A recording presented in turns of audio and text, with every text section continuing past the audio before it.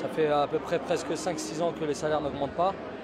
Et voilà, avec l'après-Covid et le gasoil qui augmente et tous les produits de première nécessité qui n'arrêtent pas d'augmenter, voilà, on a demandé à ce que les salaires augmentent parce que venir au travail, ça devient compliqué. Pour ceux qui ont des salaires, comme nos patrons qui ont des gros salaires, donc l'inflation, ils ne le sentent pas. Mais pour un petit salarié un peu modeste, une augmentation de gasoil qui a presque doublé aujourd'hui, c'est compliqué de venir au travail. Il y en a, ils se déplacent en train, il y en a, ils font du covoiturage, ça devient compliqué.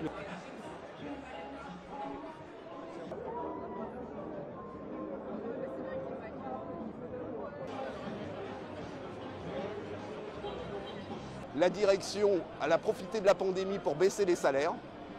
Aujourd'hui, le trafic revient. Il n'y a plus aucun problème.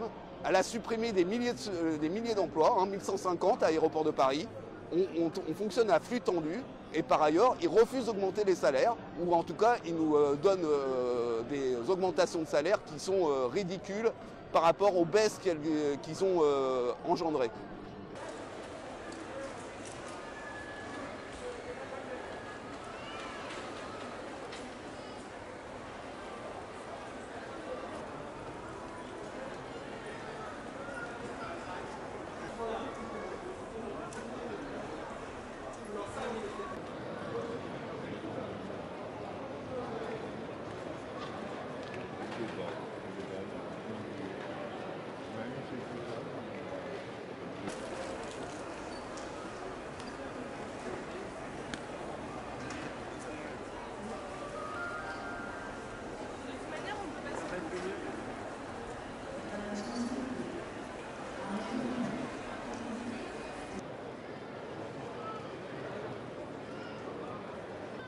De l'attente.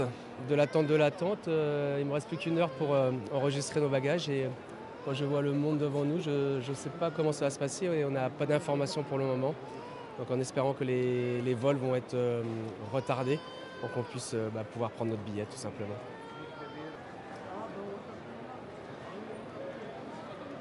The check-in will be slower. We apologize for this inconvenience.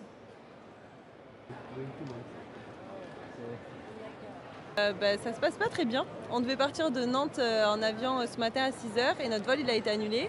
Du coup on a pris un bus pour avoir notre vol pour partir à Cancun. Et là on a des amis qui, vu que notre premier vol a été annulé, ils veulent pas leur donner leur billet pour Atlanta et Cancun parce qu'ils estiment que c'est un seul trajet ou on sait pas trop quoi. Et là on est là depuis 3h du matin et on attend. Alors, on ne connaît pas vraiment les raisons. Enfin, en tout cas je me suis pas formé dessus, mais je connais pas vraiment les raisons et c'est anormal que ça bloque tout un aéroport comme ça, parce que même les touristes qui ne sont pas français, ils n'ont rien demandé et ils veulent rentrer juste chez eux éventuellement. C'est pas normal.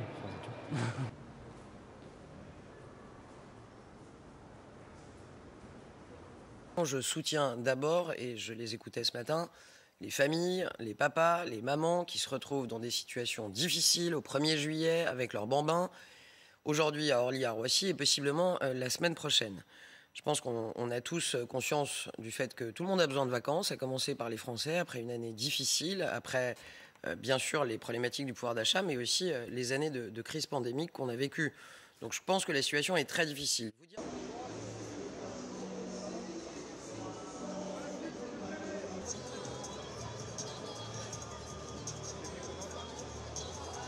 Le gouvernement a anticipé, a discuté déjà avec les syndicats et il y a une décision qui a été prise avec les différents acteurs de l'aviation qui est effectivement d'annuler 10% des vols pour permettre 90% des vols de se développer et pour faire en sorte qu'il n'y ait pas des files d'attente interminables de parents, de familles qui ne sauraient pas si leur vol est tenu ou pas. Donc c'est une décision qui a été prise conjointement avec les syndicats mais aussi le gouvernement qui n'a pas attendu. Et nous allons, dès la semaine prochaine, continuer à échanger pour trouver une sortie de crise.